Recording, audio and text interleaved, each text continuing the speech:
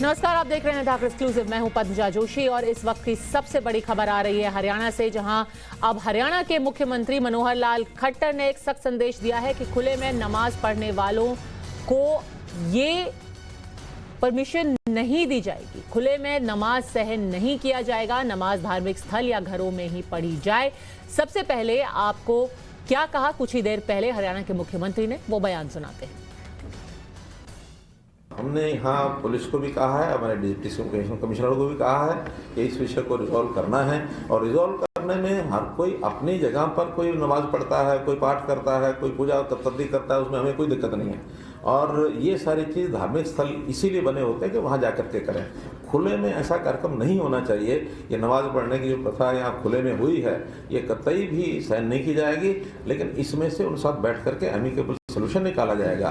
उन्होंने भी कहा कि बहुत सी हमारे पास ज़मीनें हैं जहां हमें अनुमति दी जाए, या कुछ ज़मीनें ऐसी हैं जो उनकी अपनी ज़मीन होगी या वक़फ़ की होगी, उसमें कहीं एनक्रोच्ड एरिया है, वो भी कैसे उनको उपलब्ध कराया जा सके। और या फिर अपने घर में नमाज़ पढ़ें, खुले में नमाज़ पढ़ करके। और ये आपसी टकराव भी है, नहीं होना चाहिए। इसको किसी यानी हालत में टकराव नहीं होने देंगे। कुछ बैठ करके बातचीत करके आपस में फैसला भी किया था, लेकिन वो फैसला भी कई स्थान जो रिजर्व कर दिए गए थे उसको हमने वापस ले लिया है। अब नए सिरे से सारी बातचीत करके और उनको उनके हिसाब से, यानी सबको फैसिलिटी मिले, कोई किसी के अधिकारों में हस्तक्षेप ना करे, लेकिन जबरदस्ती वो किसी को नहीं करने दी जाएगी। तो पिछले 3 महीनों से ये विवाद चल रहा था। 3 महीनों में कई बार ऐसे प्रदर्शन किए गए। हर शुक्रवार के दिन जब कुछ लोग नमाज पढ़ते थे, ये 3 मुख्यतः सेक्टर हैं, सेक्टर 12, सेक्टर 37 और सेक्टर 43, जहां पर आसपास की जगहों से आकर के लोग नमाज पढ़ते थे। एक जगह जिसका फैसला आम सहमति से की गई थी, वहां पर खुले में नमाज दी जाती थी। पर हाल फिलहाल में पिछले 3 महीनों में कुछ संगठन थे जिन्होंने आकर के, कुछ स्थानीय लोग भी थे जिन्होंने मौके पर आकर के प्रदर्शन करना शुरू किया था। उसके बाद जो कुल ऐसी जगह थी जहां पर नमाज पढ़ी जाती थी, उनको कम किया गया। और अब मुख्यमंत्री ने बोला है कि कहीं भी खुले में नमाज की इजाजत नहीं दी जाएगी। गुरप्रीत चिन्ना हमारे संवाददाता इस वक्त हमारे साथ जुड़ गए हैं। क्या यह फैसला आम सहमति से लिया गया है गुरप्रीत?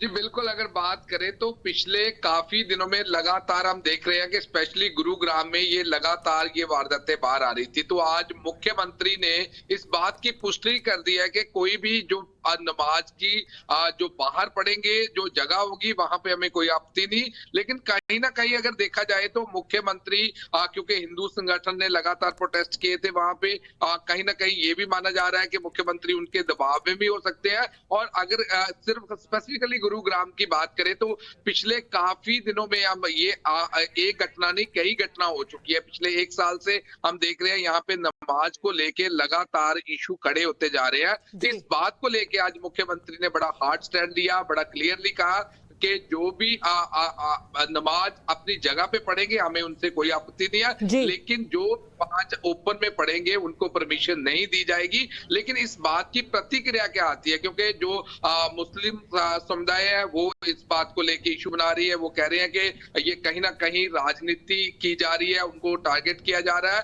और साथ में साथ ऑपोजिशन पार्टी भी इन बात पे कड़े सवाल खड़े कर रहे हैं। बिल्कुल, प्रतिक्रिया के लिए अभी हम रुकेंगे, आप मेरे साथ बने रहिए, क्योंकि हम ये सवाल जो प्रवक्ता हैं हरियाणा बीजेपी के रमन मलिक इस वक्त हमारे साथ जुड़ गए हैं, चेयरमैन मुस्लिम फाउंडेशन के शोएब जमाई भी हमारे साथ है। रमन मलिक जी, जब इतने सालों से नमाज पढ़ी जा रही थी आम सहमति से, किसी को कोई तकलीफ नहीं थी, तो फिर अचानक ये सब बंद करने के पीछे मंशा क्या है? नहीं, ऐसा नहीं है पद्मजा की तकलीफ नहीं थी, तकलीफ थी। और आपको याद करा दूं कि गुरुग्राम के अंदर नेशनल हाईवे को ब्लॉक कर दिया जाता था।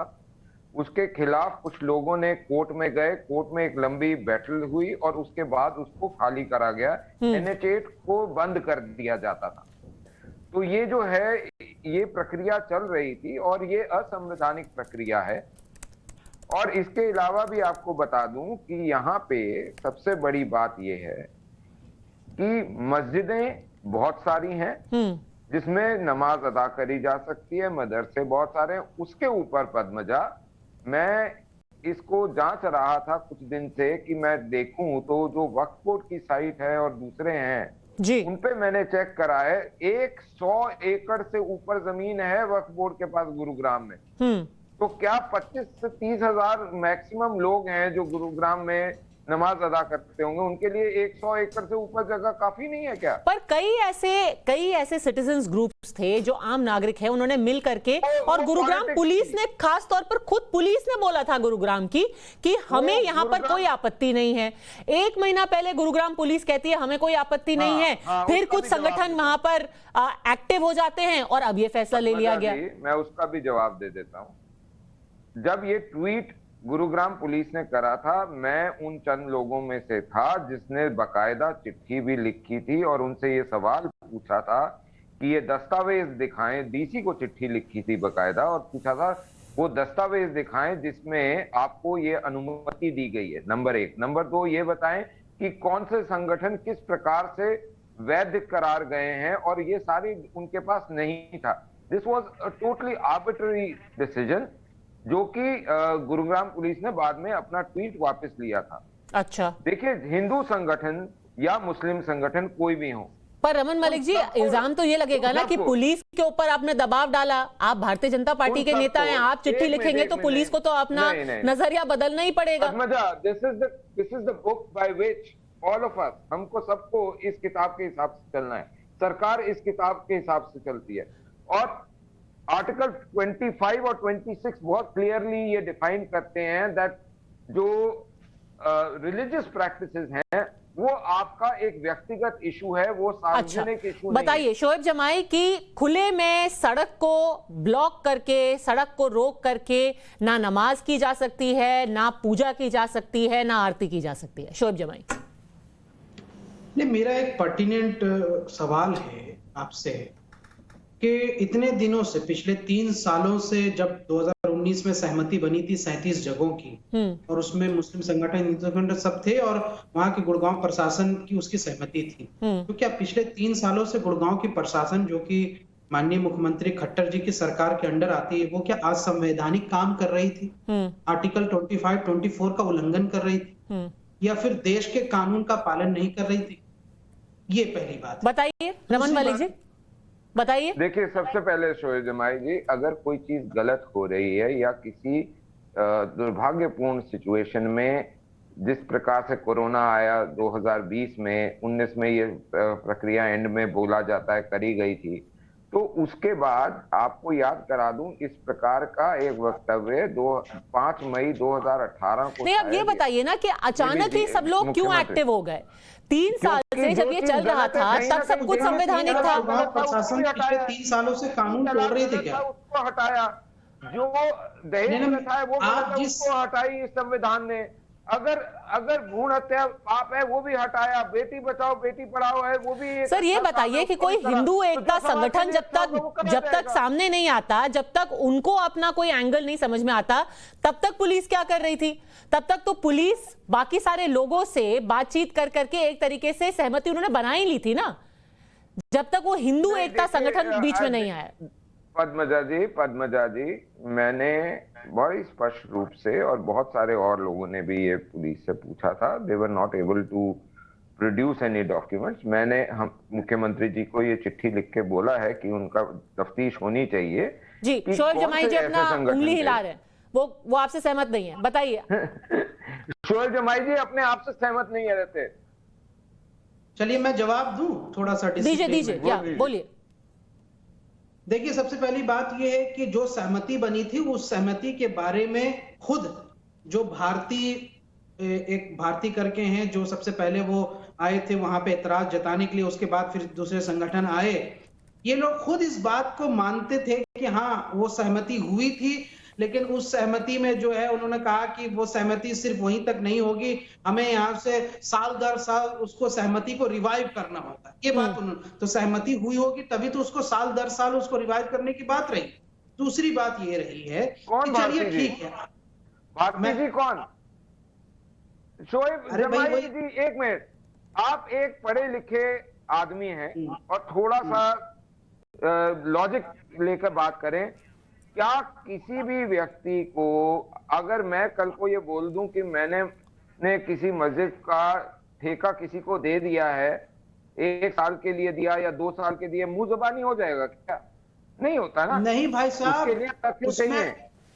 अच्छा शोएब जमाई ये बताइए कि अगर हरियाणा सरकार अब कहती है कि किसी को भी सड़क को रोक करके पूजा करने का अधिकार नहीं होगा, भले से ही वो आपका कोई माता की चौकी हो या फिर नमाज हो, आप उस बात को मानेंगे कि ये संवैधानिक नहीं है, वहां पर इसकी परमिशन नहीं मिलनी चाहिए? पद्मजा जी, चूंकि बात अब आगे की हो रही है कि अब आगे क्या होगा, पहली बात तो मैं बता दूं, इतने दिनों तक सड़क छेक के नहीं बल्कि पुलिस सड़क को नहीं रोकती थी, बाकायदा यहाँ से जो सड़क के बगल में जो खाली जगह थे, जो बड़े बड़े प्लॉट्स थे, जो पब्लिक प्लेसेस थे, वहां नमाज होती थी। सड़क को घेर करके या फिर एम्बुलेंस रोक करके कभी नमाज नहीं हुई, ये बात अब समझ लीजिए। अरे भाई सुनिए ना, इलीगल कैसे है? बीच में टोकना जरूरी है, मैं बताता हूँ, एक तरफा डिबेट करेंगे। सुन लीजिए दो तीन पॉइंट सुन लीजिए, फिर उसके बाद बोलिए शोएब जमाई साहब, बोलिए, आप अपनी बात पूरी कीजिए जी। बात मैं ये कह रहा हूँ कि जिस तरह से हरियाणा वक्फ बोर्ड की बात आई, मैं भी जानता हूँ कि कई एकड़ जमीन है, क्या मुसलमान वहां इतने दिनों से शौक से खुले में नमाज तो नहीं पढ़ रहा था? उसकी मजबूरी ये थी कि वहां पे मस्जिदें की कमी हो गई, और जो कमेटी बनती थी कि मस्जिद के लिए जमीन खरीदी जाए, वहां पे हिंदू संगठन कहते थे हम यहाँ मस्जिद बनाने नहीं देंगे। लेकिन चूंकि आप मुख्यमंत्री जी ने कहा है कि हम इसका समाधान निकालेंगे, तो मैं तो स्वागत कर रहा हूँ। चलिए, हमारे तमाम मुस्लिम अच्छी बात है, इसका समाधान होना चाहिए, क्योंकि ये हर शुक्रवार की लड़ाई नहीं हो सकती है। पर साथ ही साथ रमन मलिक जी, क्योंकि आप संविधान और संवैधानिक जो चीजें हैं, प्रक्रिया है, उसकी बात कर रहे हैं, आपको ये भी आश्वासन देना पड़ेगा कि अब जब नवरात्र आएंगे, वहां पर कोई माता की चौकी सड़क पर खोल करके नहीं बैठ सकता है, क्योंकि हम उस पर भी नजर बनाए रखेंगे। संविधान सबके लिए है। दो चीजें मैं आपको पद्मजा जी बता दूं बड़ी जल्दी कि एक तो संविधान और एडमिनिस्ट्रेशन की इजाजत के बिना आप कोई काम नहीं कर सकते। आपको अगर वन ऑफ किसी कार्यक्रम के लिए जो नमाज पढ़ी जा रही थी, अरे यार सुनो तो सही, आपका थोड़ा सा ज्ञान तो जमाई जी, ये काम जो है ना, ये नॉलेज जो है आपको मदरसे में नहीं मिलेगी, आपको नहीं है नॉलेज। मैं तो गुड़गांव गया हूँ, इसी साहब अरे मैं गुड़गांव रहता हूँ, और जमाई मैं गुड़गांव रहता हूँ, तो मैं आपको बता रहा हूँ ना, आप समझिए, अब सारी चीजें समझिए। ने बुलाया था, अरे सुनिए, अरे आपने जब बुलाया, चलिए अभी हम तूतू में नहीं पढ़ना चाहते। उद्देश्य इसका सिर्फ इतना सा था कि अगर ये फैसला लिया है हरियाणा सरकार ने, तो उनको जो भी लोग हैं जिनको नमाज पढ़नी है, नमाज पढ़ने के लिए उनको एक जगह देना बहुत जरूरी है, पहली बात। और दूसरी बात ये कि यही रूल, यही नियम हर किसी पर लागू हो, इस बात पर भी ध्यान रखना पड़ेगा हरियाणा सरकार को। आज से ये नहीं हो सकता कि 4 महीने बाद हम देखें कि आप वहां टेंट गाड़ करके या तो कोई शादी की इजाजत दे रहे हैं या किसी और तरीके के पूजा या जगराते की इजाजत दे रहे हैं। यही नियम सब पर लागू होने चाहिए, इस बात पर भी हम नजर बनाए रखेंगे। फिलहाल शोएब जमाई और रमन मलिक, आप दोनों का हमसे जुड़ने के लिए बहुत बहुत धन्यवाद। आज का दिन पूरे देश के लिए बेहद मुश्किल दिन था। पहले एक भयानक हादसे में 13 सैनिकों की जान चली गई, और आज शहीद जनरल बिपिन रावत, उनकी पत्नी मधुलिका रावत और साथ ही साथ ब्रिगेडियर LS लिड्डर का अंतिम संस्कार दिल्ली के बरार स्क्वायर में किया गया।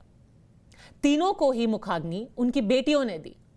आज पूरे देश की आंखें नम थी और मजबूत मन से वो देख रहे थे कि कैसे इन सब की बेटियां माता पिता का अंतिम संस्कार कर रही थी। इस दौरान जनरल रावत को अंतिम प्रणाम करने के लिए सैकड़ों लोग मौजूद थे।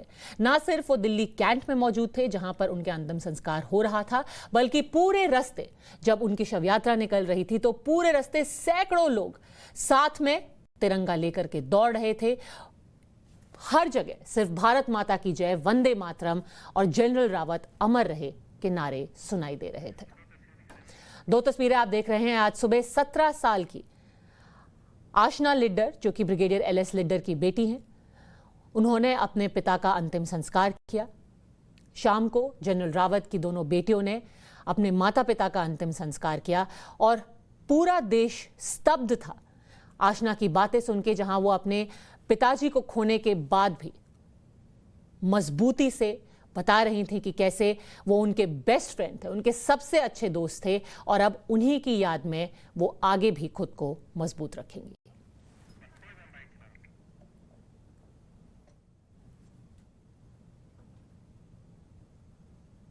इसके लिए वो शहीद हुए, किस तरह से याद करते हैं, क्या कुछ बातें याद आती हैं? सब कुछ याद आता है।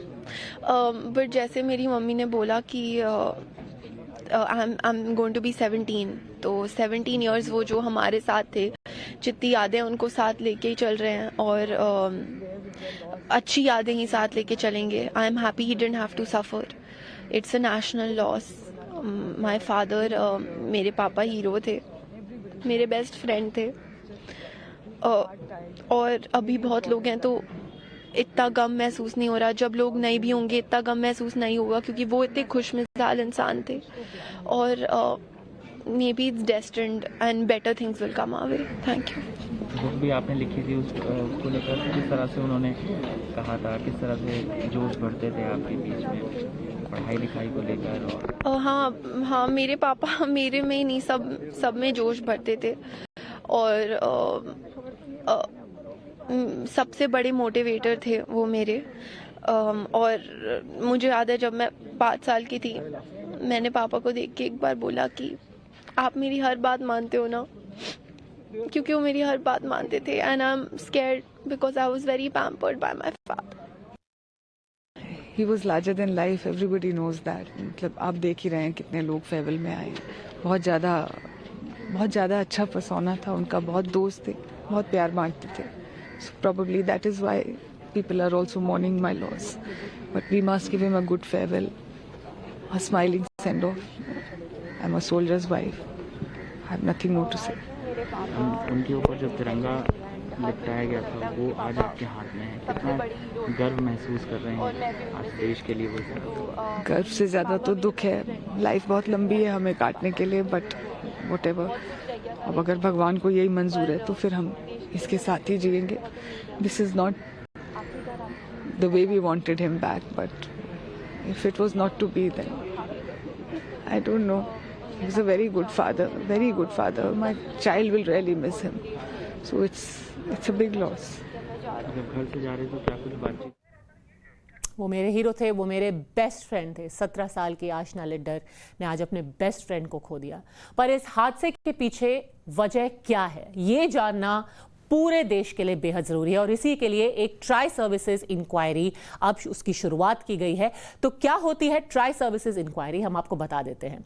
ट्राई सर्विसेज इंक्वायरी, जिसमें इंडियन आर्मी, नेवी और एयरफोर्स तीनों की हिस्सेदारी होगी. इस जांच का नेतृत्व एयर मार्शल मानवेंद्र सिंह करेंगे. एयर मार्शल मानवेंद्र सिंह खुद एक चॉपर पायलट है. वो कमांडिंग इन चीफ है ट्रेनिंग कमांड के. उनके पास बहुत ज़्यादा अनुभव है चॉपर उड़ाने का. अलग अलग तरीके के उन्होंने चॉपर्स उड़ाए हैं. तो जो फ्लाइट सेफ्टी के भी वो खुद इंस्पेक्टर रहे हैं. यानी कि जो हर मामले की बारीकी है कि फ्लाइट सेफ्टी में क्या कुछ कमी रह गई, क्या चॉपर में कुछ कमी थी, इसकी जानकारी एयर मार्शल मानवेंद्र सिंह ले पाएंगे. और ये ट्राई सर्विसेज इंक्वायरी क्यों की गई है, वो इसलिए क्योंकि जो चीफ ऑफ डिफेंस स्टाफ का ऑफिस है वो तीनों सर्विसेज से रिलेटेड होता है. सीडीएस तीनों ही सेना के प्रभारी हैं. और अगर हम चीफ्स की बात करें, यानी कि army chief, navy chief, air force chief, CDS का ऑफिस को फर्स्ट अमंग इक्वल्स कहा जाता है. यानी कि वो एक ही स्तर पर माने जाते हैं, पर वो इन सब से एक तरीके से वरिष्ठ है.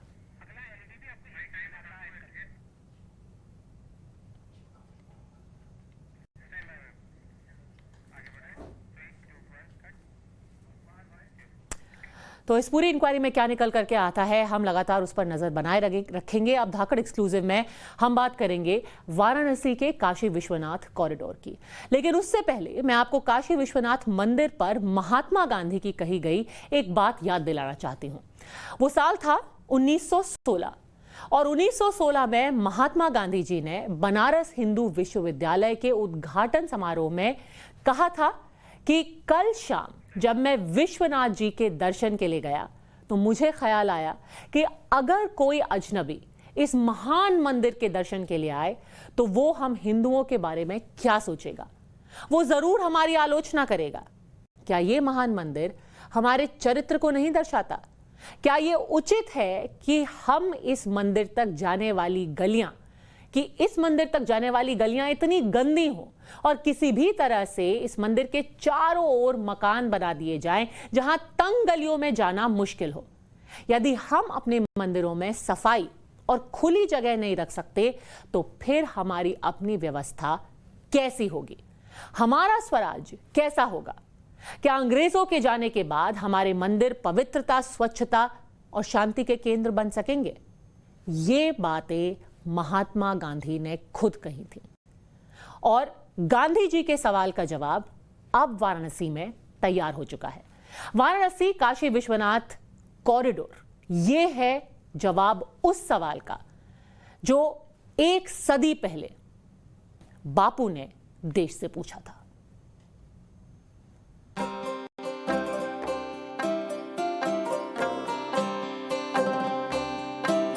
देवों के देव महादेव का प्रसिद्ध और प्राचीन काशी विश्वनाथ मंदिर, जिसके नवनिर्मित काशी विश्वनाथ कॉरिडोर का उद्घाटन होने जा रहा है। उद्घाटन की सभी तैयारियां पूरी हो चुकी है, निर्माण कार्य भी पूरा हो चुका है। बस काशी को इंतजार है बाबा के भक्त का।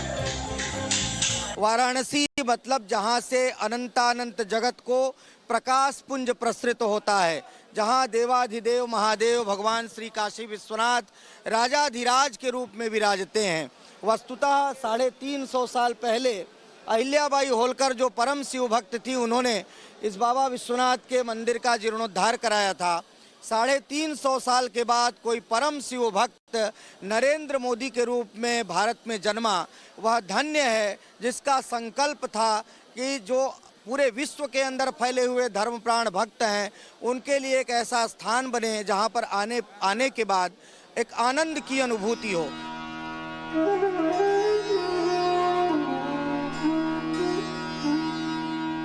मंदिर परिसर का प्रवेश है और क्या किसी विशेष कला संस्कृति के आधार पर इनका निर्माण कराया गया है क्या? निश्चित रूप से शास्त्रीय मर्यादाओं का ध्यान रखते हुए, शास्त्रीय अनिवार्यताओं को आत्मसात करते हुए, जो भी शास्त्र संगत है उसका पूरा ध्यान रखते हुए, जैसा कि आदरणीय नरेंद्र मोदी जी ने कहा था कि काशी की पुरातनता को नष्ट किए बिना नए कलेवर में कैसे सजाया संवारा निखारा जा सकता है, उसका मूर्त रूप आपको दृष्टिगोचर हो रहा है। ये बाबा के दरबार के आसपास का इलाका है जिसे मंदिर परिसर के रूप में जाना जाता है। 3052 वर्ग मीटर वाले परिसर में 4 द्वार खुल रहे हैं, जिसका निर्माण कार्य अब पूरा हो चुका है। श्रद्धालु इसी परिसर में पहुंचकर बाबा का दर्शन और पूजन करेंगे। काशी विश्वनाथ धाम में बनाए गए प्रवेश द्वारों पर यात्री सुविधा केंद्र भी तैयार किए गए हैं। यहाँ से भक्त गंगा घाट और विश्वनाथ मंदिर तक आसानी से पहुँच पाएंगे। सानंदमानंद वने वसंतम आनंद कंदम हत पाप वृंदम वाराणसी नाथम अनाथनाथम श्री विश्वनाथम शरणम प्रपद्ये। आनंदवन कहा जाता है काशी को, और आनंदवन में रहने वाले, आनंद को प्रदान करने वाले, जन्म जन्मांतर कल्प कल्पांतर युग युगांतर के पाप ताप को नष्ट करने वाले देवाधिदेव महादेव विराजते हैं, जहाँ पर माँ गंगा का अविरल निर्मल प्रवाह है। और हर हिंदू सनातनी भक्त ये चाहता है कि माँ गंगा में स्नान करके बाबा विश्वनाथ का दर्शन करके अपने जीवन को धन्य करें। अब वह धन्यता का अनुभूति उनको अवश्य में वो प्राप्त होगा। मैदागिन और गोदोलिया से आने वाले श्रद्धालुओं के लिए गोदोलिया गेट का निर्माण भी लगभग पूरा हो चुका है। चुनार के पत्थरों की डिजाइन से तैयार किए गए गेट को वहां से गुजरने वाला हर व्यक्ति निहारते हुए जाता है। काशी विश्वनाथ कॉरिडोर में कुल 24 भवन बनाए गए हैं। कॉरिडोर का मूल स्वरूप दिव्य और भव्य दिखाई दे रहा है। काशी विश्वनाथ धाम को भव्य रूप देने के लिए 7 तरह के विशेष पत्थरों का इस्तेमाल किया गया है। इसमें Baleshwar stone, Makrana marble, Kota granite और मेडोना स्टोन का इस्तेमाल ज्यादा हुआ है। इस वजह से काशी विश्वनाथ धाम अलौकिक नजर आएगा। जो प्रांगण है विशेष तौर पे ये बनाया गया है मुख्य मंदिर के अलावा, इसका क्या महत्व था और इसके बनाने के पीछे की क्या वजह थी? ये इसके नीचे विद्यमान है श्री अविमुक्तेश्वर भगवान। वाराणसी निविशते नवसुंधरायाम तत्र स्थितिर मखभुजाम भुवने निवासा। कहते हैं कि वाराणसी पृथ्वी पर नहीं है, वाराणसी तो भगवान के त्रिशूल पर बसी हुई है। और उसके अधिपति जो अविमुक्त क्षेत्र जिसको कहा जाता है, माने जो प्रलय काल में भी नष्ट होने वाली नहीं है, उसके अधिपति अविमुक्तेश्वर भगवान विराजमान है, इधर भुवनेश्वर भगवान विराजमान है। आप सामने देख सकते हैं 107 साल बाद भारत से चोरी गई अन्नपूर्णा की मूर्ति वो लाई गई है, जिसको यहाँ पर प्रतिष्ठापित कर दिया गया है। मूल रूप से यात्री सुविधा केंद्र, museum, spiritual book centre, food court और मुमुक्ष भवन से लेकर हर वो चीज जो श्रद्धालुओं के साथ ही सैलानियों के आकर्षण का केंद्र होगी। गधौलिया चौराहे से चौक होते हुए मंदिर जाने वाले मार्ग में पड़ने वाले सभी इमारतों को अब गुलाबी रंग में रंगा जा रहा है।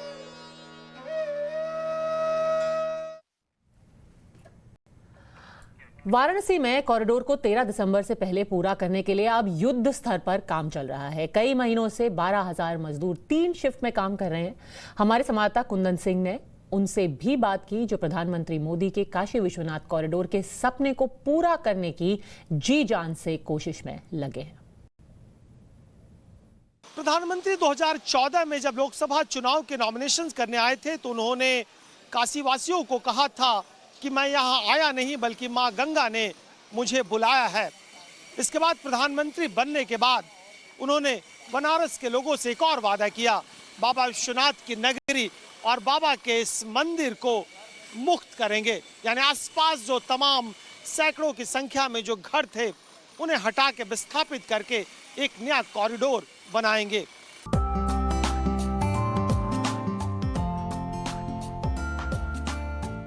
पीएम नरेंद्र मोदी के संकल्प को पूरा करने में 12,000 मजदूरों ने दिन रात काम किया है। ये जो आप लेबर देख रहे हैं, लगातार 2018 में इसकी काम की शुरुआत की गई थी। 2 साल कोविड में कैसे निकल गए, लेकिन दिन रात इन मजदूरों के मेहनत से ये कॉरिडोर अब साकार हो रहा है। और इनकी अगर लेबर की बात करें तो 12,000 मजदूर 3 शिफ्ट में, आप अंदाजा लगाइए कि कंस्ट्रक्शन के लिहाज से, निर्माण के लिहाज से ये कितनी बड़ी परियोजना है अपने आप में। 13 दिसंबर को प्रधानमंत्री मोदी काशी विश्वनाथ कॉरिडोर का लोकार्पण करने वाले हैं। इस वजह से भी निर्माण कार्य में लगे सभी लोग डेडलाइन के अंदर ही काम को पूरा कर लेना चाहते हैं। आप मुझे बता पाएंगे कितने तरह का काम एक बार, क्योंकि मैं लग रहा है कोई प्लम्बिंग का काम कर रहा है, कोई कारपेंटर काम कर रहा है, कोई फायर है, plumbing, fire, electrical, HVAC, fire alarm, CCTV और ये क्या बोलते हैं projector, screen, everything we are putting. Ganga का पानी भी लेके आ रहे हैं। जो 13 तारीख की डेडलाइन है, पूरा हो पाएगा क्या लगता है आपको? क्योंकि बहुत स्टिफ डेडलाइन हो, आप लोगों पे भी दबाव होगा कि लगातार काम किया जाए। अभी सारी सर्विसेज ऑनलाइन हो चुका है। AC भी चल रहे हैं, फायर सिस्टम भी एनर्जाइज हो चुका है और फायर अलार्म सिस्टम भी एनर्जाइज हो चुका है, प्लम्बिंग एनर्जाइज हो चुका है, RO, WTP all plants are working. लेकिन जो टिट आप बचे हैं काम, वो पूरा किया जाए। ये मैक्सिमम 2 दिन के अंदर खत्म हो 2 दिन के अंदर पूरा किया जाएगा। क्या डेडलाइन कोविड की वजह से बढ़ी भी थी क्या? डेडलाइन कोविड की वजह से थोड़ा सा डिले हो गया, but we are meeting the our deadline. Kashi Vishwanath corridor के लिए काम करने वाले मजदूर देश भर से वाराणसी में आए हैं। कोई राजस्थान से, कोई बिहार से। काम सिर्फ एक, बाबा विश्वनाथ के दरबार को सजाना। कहाँ से आए आप? राजस्थान से। राजस्थान के लेबर, मतलब जितने पत्थर के काम है राजस्थान के लोग हैं। पूरे राजस्थान। कौन सा पत्थर है, कहाँ का पत्थर है? ये सैंड ब्लास्ट राजस्थान। अच्छा, राजस्थान की पिंक पत्थर। पिंक पत्थर, अलवर वाह। हाँ। कौन सी? ये क्या नाम से, मकराना का। मकराना का नहीं है, राजस्थान का ही है। अजमेर की तरफ। अजमेर का पत्थर है। तो आप अंदाजा लगाइए कि डेडलाइन मीट करने के लिए जो ये पूरा मजदूरों का समूह, और मुझे नहीं लगता कि इनके बिना कोई भी प्रोजेक्ट पूरा, आप इंजीनियर्स देख लेंगे, सुपरवाइजर देख लेंगे, कुछ और लोगों से बात करें। आप 1 मिनट बात करिए। क्या नाम है आपका? सतीश। सतीश, क्या करते हैं आप यहाँ पे? क्लेडिंग का काम। कैसे? क्लेडिंग का काम। क्लेडिंग क्या होता है? पत्थर। अच्छा, पत्थर लगाने का। आप कहाँ से? मथुरा से। मथुरा के रहने वाले। तो आप कृष्ण की धरती पे हैं और शंकर की धरती पे काम कर रहे हैं। जी सर। तो महेंद्र जी, आप क्या करते हैं यहाँ पे? मतलब कौन सा काम करते हैं? स्कार्फ फोल्डिंग, भाड़ा के काम करते हैं। भाड़ा मतलब ये जो पत्थर लगते हैं उनको, अच्छा, ये लगाने के लिए फोल्डिंग का काम। कहाँ के रहने वाले आप लोग? बिहार। जिला? औरंगाबाद। सब लोग औरंगाबाद के। बस 2 दिन का इंतजार और तीसरे दिन वाराणसी और देश के लोगों को काशी विश्वनाथ कॉरिडोर मिल जाएगा।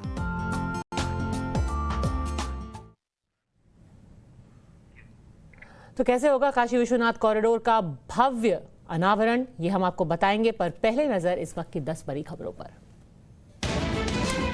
पत्नी समेत वाराणसी में रहेंगे। 2 दिनों के दौरे पर पीएम मोदी महादेव का भव्य दरबार भक्तों को समर्पित करेंगे। इस दौरान उनके करीब 3 घंटे मंदिर में गुजरेंगे। काशी विश्वनाथ धाम में प्रदेश से पहले वो मां गंगा का दर्शन, स्मरण और आचमन करेंगे।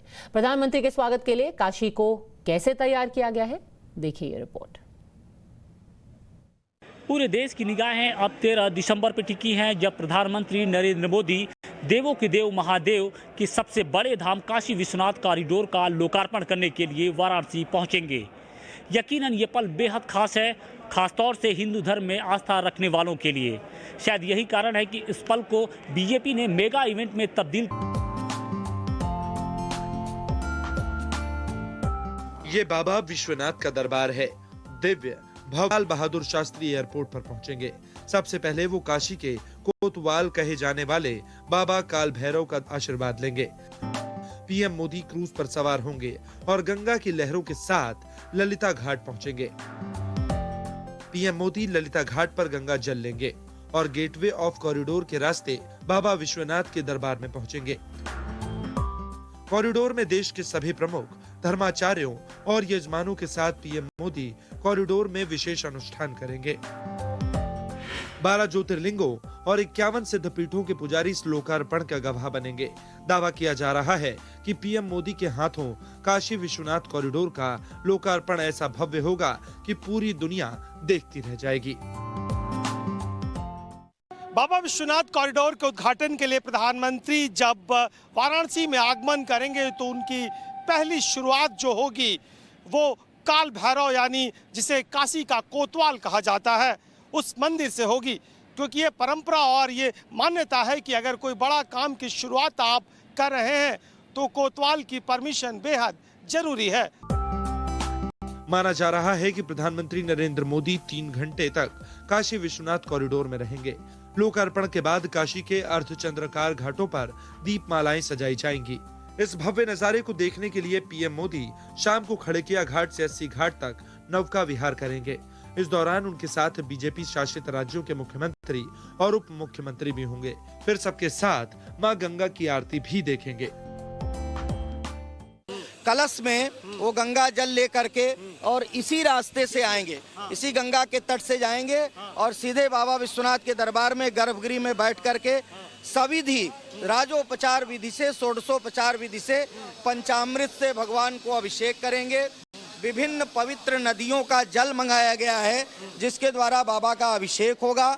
उसके बाद चंदन, भस्म, पुष्प, धूप, दीप, नैवेद्य, तांबूल, पूंगी फल, दक्षिणा, प्रदक्षिणा, जो भी पूजा की विधि है उन सब विधियों के साथ बाबा का सविधि पूजन होगा। 14 दिसंबर को पीएम मोदी स्ववेद मंदिर के वार्षिक उत्सव कार्यक्रम में जाएंगे। पीएम मोदी इस मंदिर से जुड़े अनुयायियों को भी संबोधित करेंगे। इसके बाद दोपहर में कॉरिडोर में मुख्यमंत्रियों के साथ संवाद करेंगे। यूपी चुनाव से पहले होने जा रहे इस मेगा इवेंट में योगी सरकार कोई कोर कसर नहीं छोड़ना चाहती। पीएम मोदी का ड्रीम प्रोजेक्ट होने के नाते योगी सरकार इसे ऐतिहासिक बनाने में जुटी है। काशी विश्वनाथ कॉरिडोर के बहाने बीजेपी की डबल इंजन वाली सरकार पूर्वांचल, हिंदुत्व और विकास का संदेश देने जा रही है। और 13 दिसंबर को लाइव कवरेज सुबह से ही देखना मत भूलिएगा, यहीं टाइम्स नाउ नव भारत पर। बात अब पश्चिम बंगाल की, जहां बीएसएफ का अधिकार क्षेत्र बढ़ाए जाने को लेकर राज्यपाल जगदीप धनखड़ और मुख्यमंत्री ममता बनर्जी के बीच एक बार फिर से जंग छिड़ गई है। राज्यपाल जगदीप धनखड़ ने मुख्यमंत्री ममता बनर्जी को एक पत्र लिखा है जिसमें उन्होंने ममता बनर्जी के पुलिस को दिए गए निर्देश को संभावित राष्ट्रीय सुरक्षा के लिए खतरा बताया है। दरअसल ममता बनर्जी ने दिनाजपुर में कहा था कि बीएसएफ को सीमा के अंदर 15 किलोमीटर आने की अनुमति है, वो भी पुलिस की परमिशन के बाद। लेकिन बीएसएफ के जवान जहां भी जाना चाह रहे हैं वो जा रहे हैं। मैं आपको पत्र का पहला पैराग्राफ पढ़ करके सुनाती हूं जिससे आपको समझ में आ जाएगा कि आखिर गवर्नर को ममता बनर्जी की बात से क्या आपत्ति है। उन्होंने अपने पत्र में लिखा है, 7 दिसंबर को गंगारामपुर में प्रशासनिक बैठक के दौरान बीएसएफ को लेकर दिए गए आपके निर्देश से मैं काफी चिंतित हूं। साथ ही साथ उन्होंने यह भी लिखा है कि बीएसएफ को 15 किलोमीटर के दायरे में अनुमति दी गई है, वो भी राज्य पुलिस की अनुमति से। आगे वो लिखते हैं अपने एक पत्र में कि यह कानून के अनुरूप नहीं है या हाल में केंद्रीय मंत्रालय की अधिसूचना के मुताबिक नहीं है, जिसमें बीएसएफ का अधिकार क्षेत्र 15 किलोमीटर से बढ़ाकर 50 किलोमीटर की दूरी तक किया गया था। हुआ यह है कि केंद्र सरकार ने यह कहा है कि अब बीएसएफ का अधिकार क्षेत्र 50 किलोमीटर अंदर तक होगा। ममता बनर्जी ने कहा है कि हम सिर्फ 15 किलोमीटर तक ही आने देंगे और उसमें भी उनको पुलिस की अनुमति लेनी पड़ेगी, और इसी को लेकर दोनों के बीच में फिर से ठन गई है। ना, ये तो सही है। हम लोग तो पश्चिम बंगाल विधानसभा में भी इस दायरे बढ़ाने के खिलाफ प्रस्ताव लिया। ममता बनर्जी गए 2-3 दिन से जिला में मीटिंग कर रही है और वो बता रही है कि बीएसएफ को जहाँ लोग रहते वहाँ घुसना नहीं चाहिए। पुलिस को इंस्ट्रक्शन दी है कि बीएसएफ को गांव के अंदर आने को मत दो। कानून व्यवस्था राज्य सरकार का दायरा है। तो ये पूरा मामला तब शुरू हुआ जब गृह मंत्रालय ने देश की सीमा से लगे हुए राज्यों में जैसे कि पश्चिम बंगाल, असम, पंजाब में बीएसएफ के अधिकार क्षेत्र को बढ़ाने का फैसला लिया। हम अब आपको बताते हैं कि किस राज्य में बीएसएफ का अधिकार क्षेत्र बढ़ाया गया है। पंजाब में पहले बीएसएफ का अधिकार क्षेत्र महज 15 किलोमीटर था, जिसे अब बढ़ाकर 50 किलोमीटर कर दिया गया है। मुख्यमंत्री ममता बनर्जी के पश्चिम बंगाल में भी पहले बीएसएफ सीमा रेखा से 15 किलोमीटर अंदर तक कार्रवाई कर सकती थी, अब यह सीमा 50 किलोमीटर की हो गई है। असम में 50 किलोमीटर से बढ़ाकर 80 किलोमीटर कर दिया गया है, जबकि गुजरात में पहले 80 किलोमीटर था, अब घटाकर 50 किलोमीटर उनका दायरा कर दिया गया है। राजस्थान में फिलहाल कोई बदलाव नहीं किया गया है, पहले भी 50 किलोमीटर था और अब भी 50 किलोमीटर है। बीजेपी गृह मंत्रालय के इस फैसले को राष्ट्रीय सुरक्षा से जोड़ करके बता रही है। पश्चिम बंगाल में आतंकवाद की घटनाएं सबसे ज़्यादा हैं। अगर आप देख लो ध्यान करके, पश्चिम बंगाल में आधार कार्ड के लिए जो डॉक्यूमेंट्स चाहिए होते हैं, उसके वो डॉक्यूमेंट्स फर्जी सबसे ज़्यादा मिल रहे हैं। तो ये कहाँ से आते हैं लोग? कौन लोग हैं? जो ममता बनर्जी खुद ही तो चिल्लाती थी कुछ साल पहले कि बाहर से लोग आ रहे हैं, बाहर से लोग आ रहे हैं, तो इनको अभी वो क्यों पनाह दे रही है? तो जो 3 राज्यों में बीएसएफ की ताकत को बढ़ाया गया है, बीएसएफ का अधिकार क्षेत्र बढ़ाए जाने पर क्या बदलाव होंगे, ये भी आपको समझना जरूरी है। पंजाब, बंगाल और असम के अधिकार क्षेत्र में बदलाव होगा। बॉर्डर से 50 किलोमीटर के दायरे में बीएसएफ कार्रवाई कर सकेगी। ये क्या कार्रवाई होगी? तलाशी, गिरफ्तारी और जब्ती का अधिकार अब उन्हें है, और इसके लिए बीएसएफ को मैजिस्ट्रेट के आदेश और वारंट की जरूरत नहीं होगी। हाल फिलहाल में जो सुरक्षा तंत्र के लोगों से हमारी बातचीत हुई है, उन्होंने ये बताया है कि ये ऐसे इलाके हैं जहां पर घुसपैठ होती है, ड्रग्स की तस्करी होती है, साथ ही साथ ड्रोन्स भी अंदर आते हैं, इसीलिए बीएसएफ को यहां पर ऑपरेट करने की इजाजत दी गई है। तमाल साहा कोलकाता से हमारे साथ जुड़ गए हैं। जब केंद्र सरकार ने आदेश दिया है तो बीएसएफ को बंगाल की पुलिस कैसे रोक सकती है? तमाल, देखिए, ममता बनर्जी का आर्गुमेंट है कि ये लॉ एंड ऑर्डर स्टेट्स, और सबसे बड़ी बात जो है, अभी जिला की दौरे में जब वो थी, नागालैंड की घटना से भी इसका कंपैरिजन किया गया है और ममता बनर्जी ने साफ साफ कहा कि आप देखो नागालैंड में क्या हुआ, ज्यादा एक्सेस देने से कॉन्फ्रंटेशन हो सकता है, और कॉन्फ्रंटेशन अगर हो तो लोगों की जान भी जा सकती है। उसी आधार पे पुलिस को ये इंस्ट्रक्शन दिया गया कि आप सचेत रहे, और बीएसएफ अगर 15 किलोमीटर की दायरे से अंदर आना चाहती है तो उनको पुलिस को इन्फॉर्म करना पड़ेगा। और ये भी इंटरेस्टिंग है, ममता बनर्जी जब ये चीज कह रही थी, स्टेट की जो डीजीपी है, पुलिस की जो डीजीपी है, सबसे टॉप पुलिस अधिकारी, वो भी मंच में मौजूद थे और उन्होंने साफ साफ कहा कि बीएसएफ जब हमसे परमिशन मांग रहे हैं, हम परमिशन नहीं दे रहे। क्या ये कॉन्स्टिट्यूशनल है? ये देखने वाली चीज होगी। क्या बिल्कुल, पुलिस और सबसे जरूरी बात, क्या अब ये मुद्दा अदालत में भी जाएगा? इस पर हम लगातार नजर बनाए रखेंगे। तमाल फिलहाल सारी जानकारी से जुड़ने के लिए हमसे जुड़ने के लिए आपका बहुत बहुत धन्यवाद। धाकड़ एक्सक्लूसिव में आज के लिए बस इतना ही। वक्त हो गया है एक ब्रेक का। आप देखते रहिए टाइम्स नाउ नवभारत।